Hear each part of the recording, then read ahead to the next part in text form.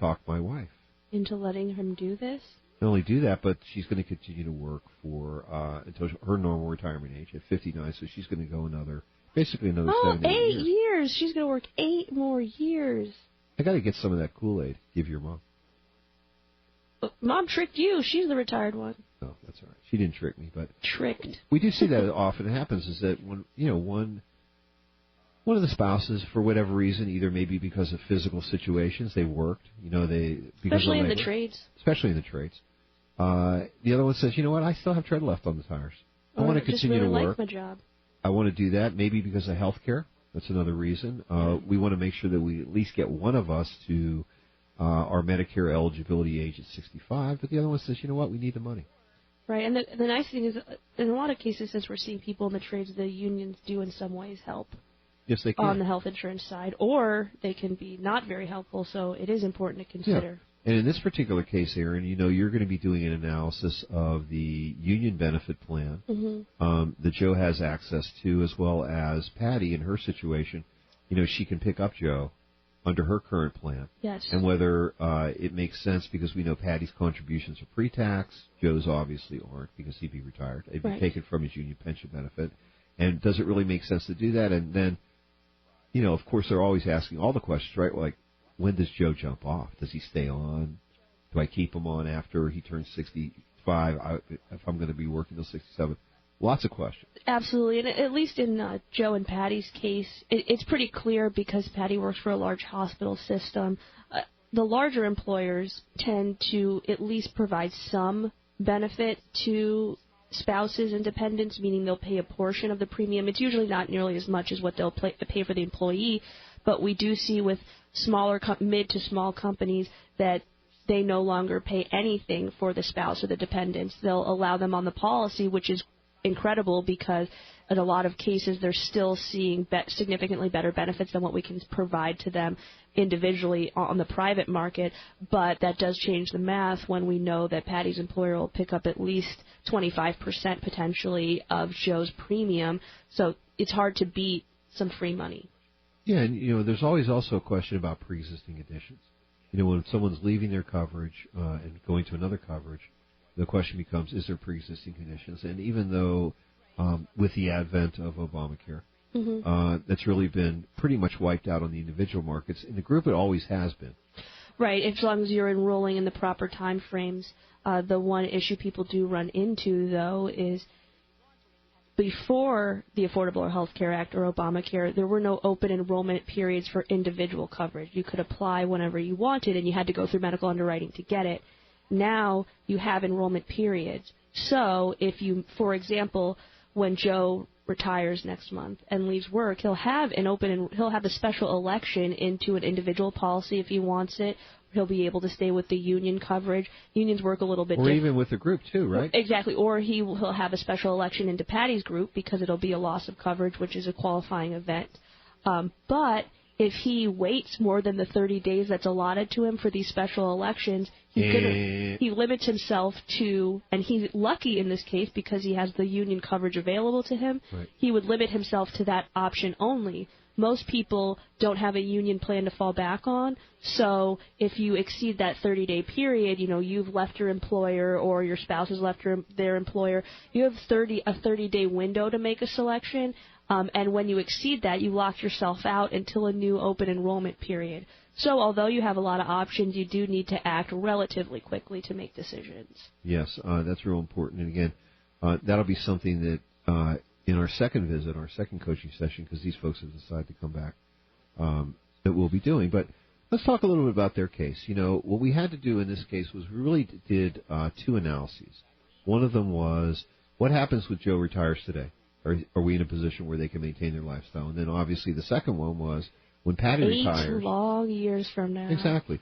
Not only, at the end game, which is if Patty does make it... Makes it? Oh, you mean if she decides to work for the full 8 years? Yeah, I wasn't talking about kick the bucket. Well, if she makes it. I didn't mean like check out early, okay? I was really talking about if she does decide to go, because we have found that sometimes those spouses, they change their mind. Well, when you see your spouse just enjoying life, living it up, retired, and then you got to go into work, and it's rough. Well, your your mom's been retired since the beginning of the year, and she told me unequivocally she didn't want me sitting at home holding hands with her. She wants me to go to work, so I'm going sounds like something you'd say. I'm going to honor her request. It sounds like. And I'm going to continue that because then I can keep my eye on you. Well, I wouldn't have it any other way. Well, and actually you won't, so that's kind of cool. Terrible. So let's talk about Joe.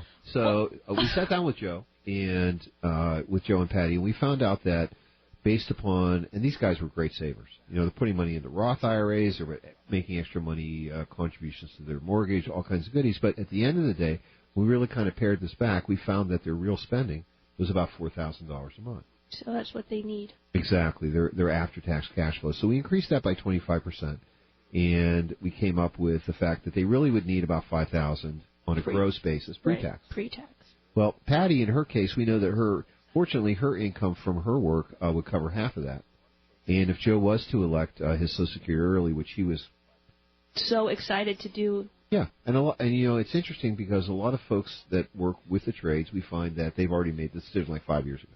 Yeah, I want the dough. We're taking it. This is it. This is how it's going to work. Date circled on the calendar. And we can always debate and discuss, and we will, about whether it makes sense or not. I did mention to them about the do-over. Which is that they'll have that 1 year opportunity. So if Joe does elect his Social Security and then they come to the end of the year and find, hey, we actually really didn't need this, if he pays it all back within the year, then it's like it never happened. And he'll accrue that 8%. He should have accrued it at 62 and continue to do so until he elects. And you have one opportunity to do that, and it's only for 1 year. Yeah, which is cool. So, again, when we take this $5,000 gross that they need, we subtract out their Social Security and Joe's Patty's work.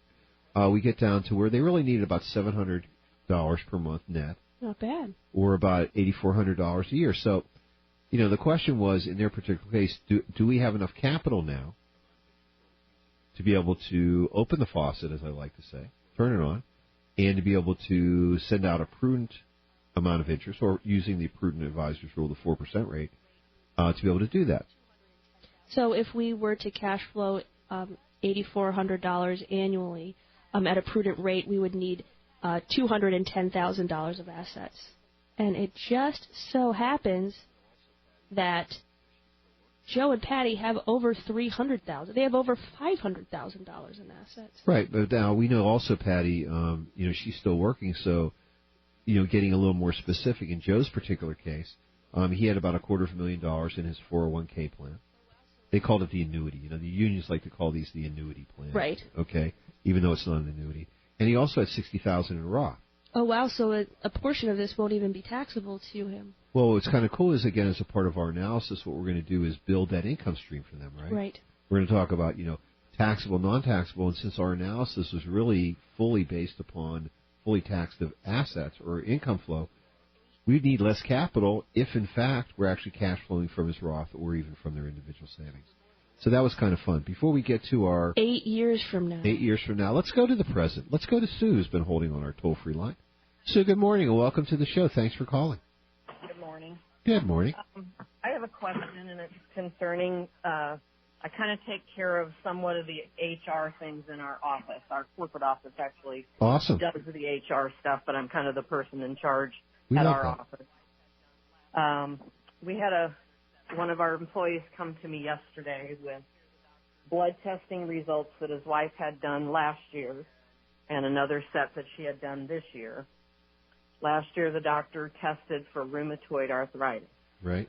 And this year, she went for her well woman visit, and they included a bunch of different panels for other things besides the regular normal blood testing.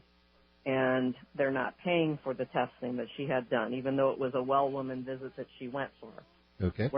And normally it's supposed to be paid for. Is that legal?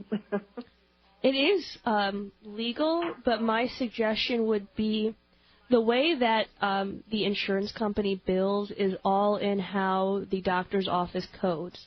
So my first suggestion would be to go back to the doctor's office, discuss with them how they've coded, and if they make changes in their coding, which is completely legal, it could have been an error. Maybe they can include that on a women's wellness. It just depends.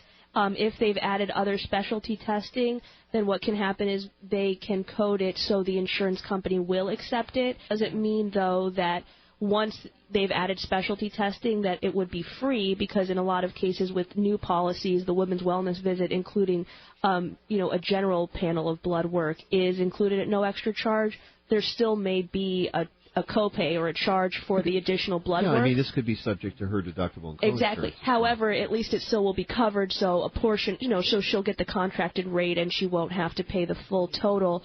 But so there are a couple of ways to go there. And then also what can happen is if you go down that path and find that, the insurance company isn't going to work with you, the easy route, you can always file an appeal, and what will happen is the insurance company will talk to the doctor's office, and the doctor's office will explain that last year they had these unnormal test results, so that's why it was warranted that this year they do this blood panel again. Now, Erin, hold on for a minute. What? We're talking about a lot of work for Sue.